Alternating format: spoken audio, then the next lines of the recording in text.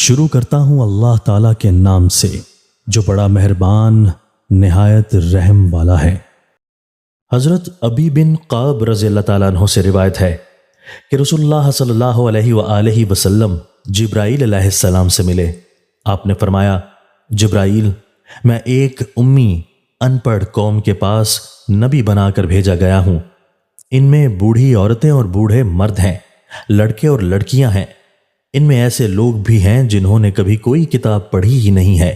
تو جبرائیل علیہ السلام نے کہا، محمد، قرآن 7 حرفوں پر نازل ہوا ہے۔ حضرت عبداللہ بن عباس رضی اللہ تعالیٰ عنہ کہتے ہیں کہ رسول اللہ صلی اللہ علیہ وآلہ وسلم نے فرمایا، جو شخص جس کے دل میں قرآن کا کچھ حصہ یاد نہ ہو وہ ویران گھر کی طرح ہے۔ حضرت عبداللہ بن عمر رضی اللہ تعالیٰ عنہ سے روایت ہے کہ رسول اللہ صلی اللہ علیہ وآلہ وسلم نے ارشاد فرمایا کہ تم میں سے کوئی حقیقی مومن نہیں ہو سکتا جب تک کہ اس کی خواہشات میری لائی ہوئی ہدایت و تعلیم کے تابع نہ ہو جائے۔ تشریح: حدیث کا پیغام اور مدعا یہ ہے کہ حقیقی مومن وہی ہے جس کا دل و دماغ اور جس کی خواہشات و رجحانات آپ کی لائی ہوئی ہدایت و تعلیم کتاب و سنت کے تابع ہو جائیں۔